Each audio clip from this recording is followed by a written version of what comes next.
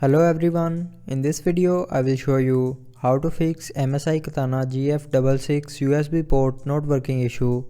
So before starting the video, don't forget to subscribe the channel and also press the bell icon. So to fix this issue, follow every single step as I am showing you in this video.